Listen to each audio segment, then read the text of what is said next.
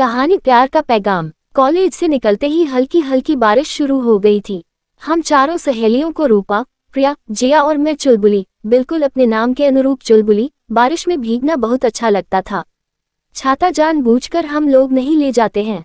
हम सब चल दिए मस्ती में, ऑटो लिया और भागते भागते कब घर पहुंच गए पता ही नहीं चला। घर पहुंचते ही हॉल में ढेर सारे नए चेहरे को देखकर मेरा पैर जैसे चिपक गया हो धरती से। लेकिन पापा और मम्मी ने मुझे सहज महसूस कराया।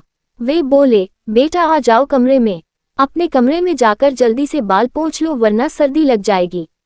मैं तो मन ही मन खुश हो रही थी कि मैं तो जानबूझकर भीगी हूँ। हाँ, कॉलेज छोड़ना मुझे बिल्कुल पसंद नहीं था। इसकी वजह हमारे साथ के कुछ साथी थे, वैसे भी समय पंख लगाकर उल्टा जा रहा है। ज्यादा समय कहाँ है इस कॉलेज को छोड़ने में, 1 साल बीतेंगे और हमारा ग्रेजुएशन कंप्लीट हो जाएगा।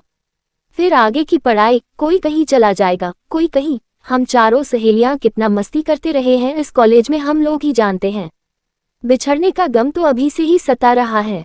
खैर, एक एक दिन बहुत ही महत्वपूर्ण है। अभी तो 1 साल बाकी है और उससे भी खास वजह है हमारे एक प्रिय मित्र जिससे मैं बहुत प्यार करती हूँ। पता नहीं जिंदगी में वो मुझे मिलेंगे या नहीं। खैर, जो ईश्वर की मर्जी। माँ ने आवाज दिया, जल्दी से तैयार हो जाओ, तुम्हें देखने लड़के वाले आए हैं। मैं तो जैसे डर सी गई। मैं दौड़कर सीधे रसोई घर पहुंच मम्मी से लिप गई। यह क्या किया आपने? मुझसे पूछा भी नहीं, कुछ जाना भी नहीं कि मैं क्या चाहती हूँ, आगे का क्या करना है। ढेर सारे सवाल एक साथ कर डाले। बस करो मेरी लाडो, अभी से इतने सवाल एक एक करके पूछो। मेरी आंखों से आंसू बहने लगे। माँ ने कहा, अच्छे घर का लड़का है।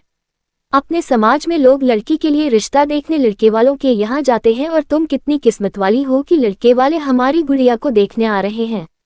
ये हमारे लिए बहुत बड़ी बात है। तुम्हारी मर्जी नहीं होगी तो हम मना कर देंगे। तुम्हारी मर्जी के खिलाफ तुम्हारा विवाह नहीं करूंगी। मैं अपनी चुलबुली का चुलबुलापन नहीं खोना चाहती हूँ। मैं मम्मी से लिपट गई, फिर आंखों में मोती लेकर अपने कमरे में पहुंच गई। उदास मन से तैयार होते होते सोचने लगी कि किस तरह से राहुल से मुलाकात हुई थी। मेरा कॉलेज में नामांकन थोड़ा विलंब से हुआ था, लेट फाइन के साथ। मेरा कॉलेज का आज पहला दिन था। मैं डरते डरते एक लड़के से पूछी, जियोग्राफी का क्लास किधर है? उसने कहा, बाएं से जाओ, वहां एक सीढ़ी मिलेगी, ऊपर पहुंचकर दाएं मुड़ जाना, वही तीसरा क्लास जियोग्राफी का है। मैंने कहा, जी शुक्रिया, और अपनी मंजिल की ओर कदम बढ़ाने लगी। अपने क्लास पहुंच गई। देखती हूँ कि वो लड़का मुझसे पहले आकर बैठा हुआ है। ये कैसे हुआ? मैं भी तो सीढ़ी से आई थी, मैंने तो उसे नहीं देखा।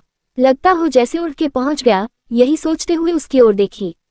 क्या गजब की आंखें थीं। उसने शरारत भरी नजरों से मुझे देखा। मैं झेप गई। उसके बाद कॉलेज जाती तो मेरी नजरें उसे ही ढूंढती, ना देखती तो बेचैनी सी महसूस होने लगती थी। तब तक कई लड़कियों से दोस्ती भी हो गई।